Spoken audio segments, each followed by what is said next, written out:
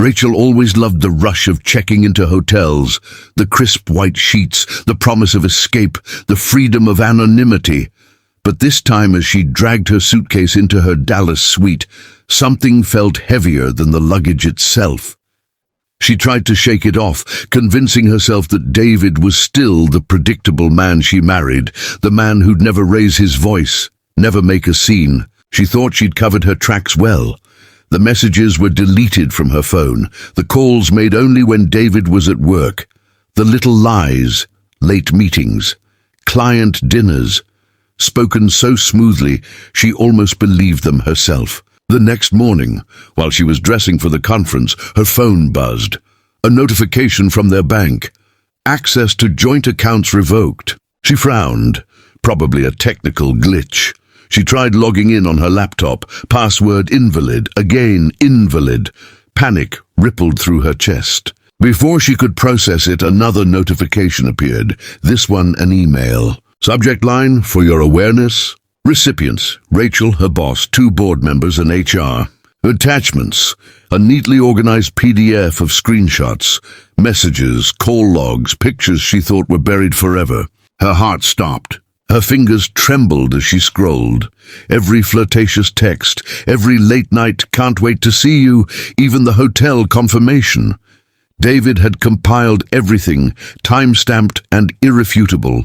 By the time she made it downstairs for breakfast with the team, whispers had already spread. Her boss, a sharp man in his 50s, barely looked her in the eye. When she tried to make small talk, he interrupted with clipped words. Rachel, we'll discuss your conduct when you return to the office. The message was clear. Her career wasn't just damaged, it was hanging by a thread. He hadn't slept much, but the exhaustion was hidden under a cold determination. Every box was packed with precision.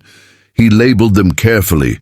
Clothes, shoes, books, as though she were a stranger moving out, not his wife of 10 years. By noon, the boxes sat on the porch of Rachel's mother's house. He left them without a word, just a note taped to the top. She'll need these sooner than you think. Next, the locks. The locksmith worked efficiently, swapping out the keys. When David slid the new metal into his pocket, a strange sense of control settled over him. This house was no longer theirs. It was his, and his alone. He cancelled her credit cards, closed their joint savings, and filed the divorce petition electronically. In their state, adultery carried weight in court. The evidence he had was overwhelming.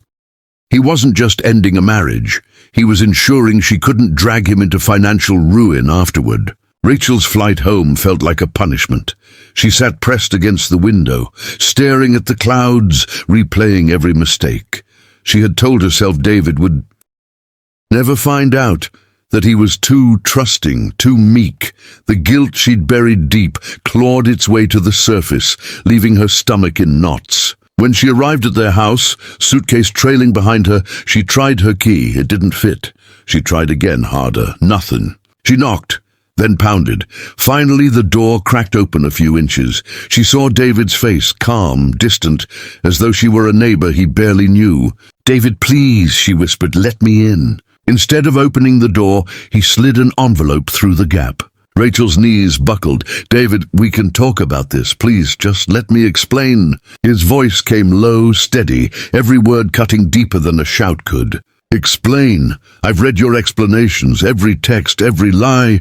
You already said it all, Rachel, just not to me." She reached for the doorframe, tears streaking her cheeks. "It was a mistake. I didn't mean—" He interrupted. 10 years. 10 years I gave you everything I had, and you threw it away for hotel rooms and cheap secrets. I won't let you take another day from me." Rachel sank onto the porch, sobbing.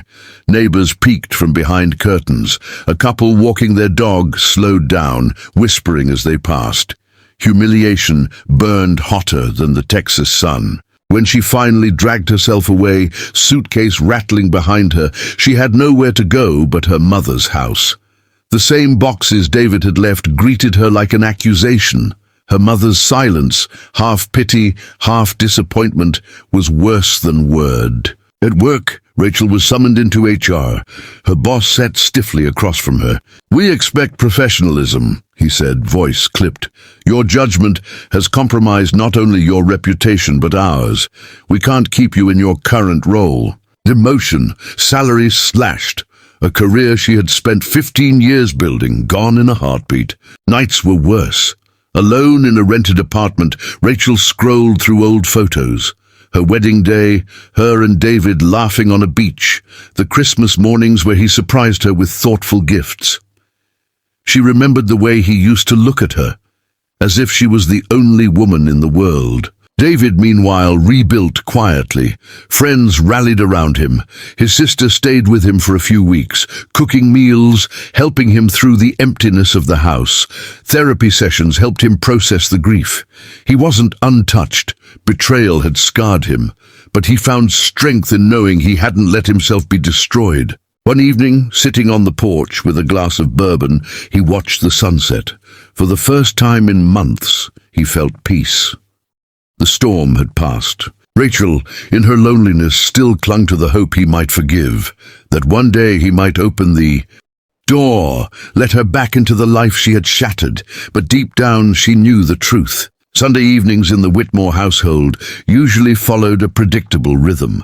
David cooked something simple, roast chicken or pasta, while Rachel bustled about their bedroom, packing her suitcase for yet another business trip. He'd grown used to the sound of zippers, the shuffle of heels being chosen, the soft clatter of cosmetic bottles being organized.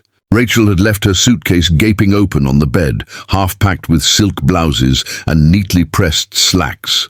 Her phone buzzed on the nightstand, unanswered, as she darted into the bathroom to fix her makeup. David, ever the helpful husband, thought he'd speed things up by tucking in a few folded shirts. He bent over, arranging them by color.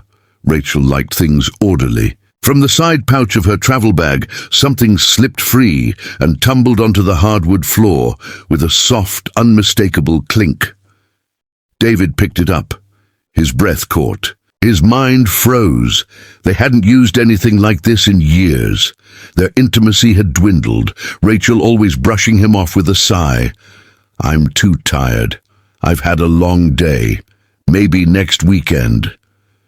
If she wasn't willing at home, why pack it for a business trip? David felt his chest tighten. His hand trembled slightly as he slipped the bottle back into her bag, careful not to leave a trace. His rational side tried to offer excuses. Maybe she brought it just in case. Maybe it's not what it looks like. But the darker, quieter voice inside him whispered betrayal. At dinner, he watched her closely. Rachel seemed unusually cheerful. She laughed at something on her phone, set it face down when he looked her way, and kept talking about important networking dinners in Dallas. Her smile was bright, but it didn't reach her eyes. David forced himself to smile, chew his food, and nod along, but every detail stuck out. The way she avoided his gaze, the faint nervous energy in her laugh. Pieces that had never fit before began to slide together. The late nights at the office, the vague explanations, the sudden uptick in business trips. That night, while she showered, David sat on the edge of the bed staring at her iPad. She had left it unlocked, open on the home screen. He hesitated. He wasn't the type of man to snoop. 10 years of marriage had been built on trust, but trust now felt like a knife in his chest. His hand moved almost against his will. He tapped the Messages app. "Rachel, can't wait to see you in Dallas. Got everything ready." Unknown number, hotel booked. This time, no interruptions. David's throat went dry. His heart pounded so loudly he was afraid she might hear it over the sound of the shower. His hands shook as he scrolled, each line of text slicing deeper. It wasn't just flirtation. It was plans, anticipation, passion she hadn't shown him in years. The shower stopped.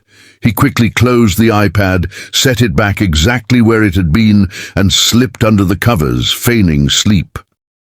Rachel came out humming softly, smelling of vanilla soap, and slid into bed beside him.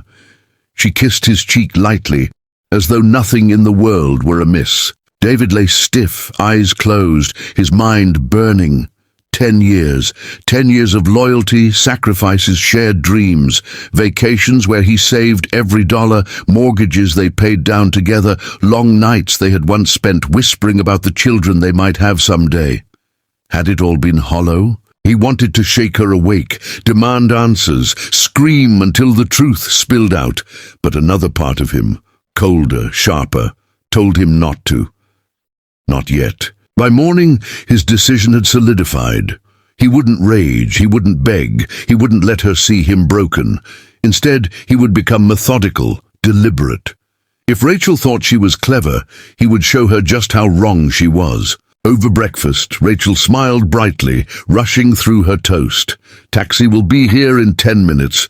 Don't wait up for me tonight, okay?" Long day of flights and meetings.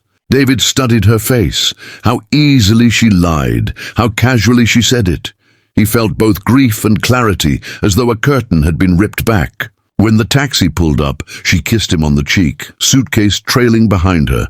"Safe trip," he whispered, voice steady despite the storm inside. She smiled, oblivious, and waved as the car drove away. The moment the taillights disappeared, David acted. He sat at the kitchen table with his laptop, opened their joint accounts, and began pulling records. Credit card charges, travel itineraries, every receipt that hinted at deception. He created a folder on his desktop. Rachel. Evidence. Each screenshot, each message, each digital breadcrumb was gathered carefully, like a surgeon preparing tools for an operation. And David, calm, broken but resolute, was no longer the man she thought she could quietly betray.